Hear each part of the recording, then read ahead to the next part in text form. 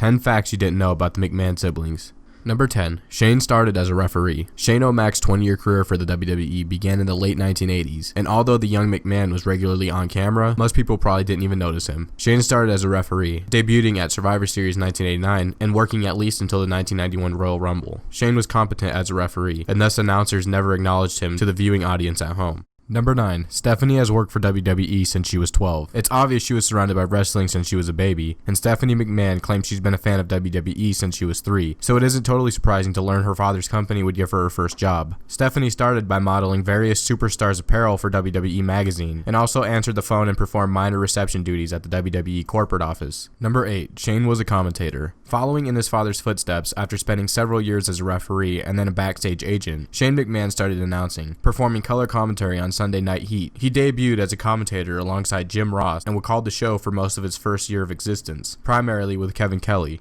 Number 7. Stephanie stole Triple H from China. As with most relationships dissolving, the whole story behind the Triple H-China breakup may never be fully known. What is known is that they dated for some time, and shortly afterwards, Triple H began dating Stephanie McMahon. Triple H claims the relationship with China ended before he started dating Stephanie, but according to China, that wasn't the case, and Stephanie admitted on The Howard Stern Show that the two were still living together when Triple H asked her out. Number 6. Shane's wife worked for WWE. Stephanie McMahon's husband, Triple H, is well known to the entire WWE universe, but far fewer fans are familiar with Shane McMahon's wife, Marissa Mazzola McMahon, who would later become a film producer, but at one point, she was one of the co-hosts of WWE Livewire. Though Mazzola never stepped into the ring, she also appeared on various episodes of Raw, SmackDown, and Sunday Night Heat as a backstage interviewer.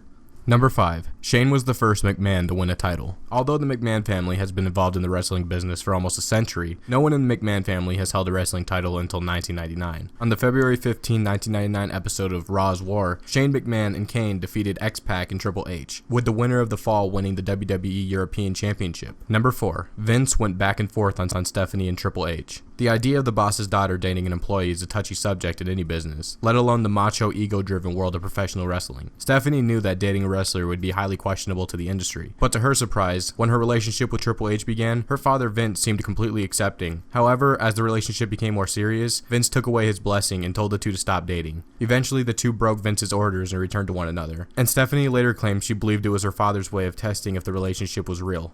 Number 3. Stephanie started a charity. Stephanie McMahon and Triple H, along with the Children's Hospital of Pittsburgh, were both devastated to learn of the passing of an 8-year-old WWE superfan, Connor the Crusher McCallick, diagnosed with a rare tumor affecting his spinal cord and brain when he was only 4 years old. Connor never gave up the fight against the horrible disease. Inspired by the WWE wrestlers and other athletes he admired, Connor's courage circled back to inspire millions of fans around the world to never give up the fight against terminal illness. After Connor tragically lost his battle of cancer, Triple H and Stephanie founded Connor's Cure, a charity helping fight pediatric cancer. Number 2. Shane left WWE for You. After 20 years working for WWE, on October 16, 2009, Shane McMahon announced his resignation from WWE, effective January 1st of the next year. Shane has yet to give a huge deal of insight to his resignation, only saying at the time he felt it was the appropriate time in my career to pursue outside ventures. Shane has since primarily worked in China, first founding and acting as CEO of You On Demand, the first on-demand and pay-per-view service available in China. McMahon founded the company in 2010, but stepped down as CEO in 2013, although he is still a vice chairman of the board with the company. Number 1. Stephanie said no to Vince's two craziest ideas. If you ever need any further proof that Vince McMahon is a genuinely insane person, look no further than the idea he pitched his daughter the first time she was pregnant.